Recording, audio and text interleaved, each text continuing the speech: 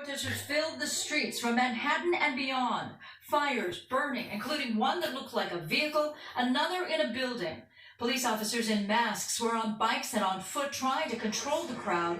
Mayor Bill de Blasio, with a voice heavy with emotion, called out the protesters. Any protester that tries to take the humanity away from a police officer and devalue them just because they are a public servant is no better than the racists who devalue people of color, and particularly black men in America.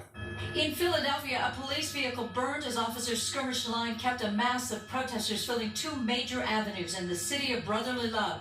That city now, like so many others, under curfew orders. Protests in Austin and Dallas prompted Governor Greg Abbott to call in the state's National Guard. There have been looting and arrests there. Atlanta is under curfew orders after another night of protests. Some protesters filled the street near the governor's mansion in the upscale Buckhead neighborhood. The governor of Ohio, Mike DeWine, called in the National Guard. Both Columbus and Cleveland will be under curfew orders. Police used pepper spray to gain control of crowds there. In Minneapolis, Governor Tim Walz warned citizens not to leave their homes as the city is rocked for another night of protests. But he had this to say to them. And this is not making a statement that we fully acknowledge needs to be fixed. This is life-threatening, dangerous. Denver called in the National Guard after 3 days of protests. The city also under curfew orders. Here, a car reportedly drove through a crowd and hit a man. In Portland, storefronts damaged and some incidents of looting. And in Seattle, protesters filled the streets and police used tear gas. But at this hour, the protests continue.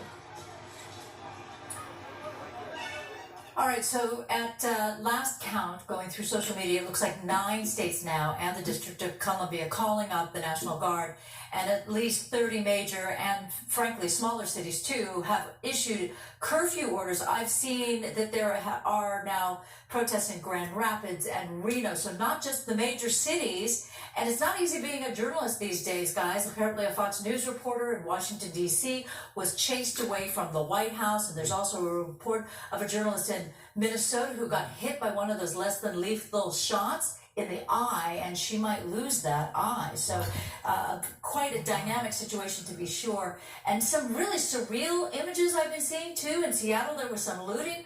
And they actually went inside a cheesecake factory. And there's a woman just walking down the street with a full plate of a uncut cheesecake walking down the street. And for a moment of levity, because it's been a tough day, the news anchors in that city said it's unclear where she got the cheesecake, literally after the looting of the Cheesecake Factory, but I'm sure they're having a long night too. Susan, I want to get your perspective as we look at more looting underway. This is looks like the Melrose Mac store. You know, you've anchored this weekend broadcast for like 2 decades now. You've spent the last couple months covering the coronavirus. You've been in the field all week talking about this issue as well. Your thoughts tonight as a reporter, as a mother, as a human being, as a Los Angeles resident? You know, it is just so amazing. I think you said it best, Alex, when you said we already have a wound and now all of this has just ripped it all apart. We were already hurting all together, as we like to say, because of coronavirus, because of what that's doing to our economy, our knowledge of what that's doing to our economy. And it's hard not to see these images and the way people are tearing down the city that we love, the city of angels.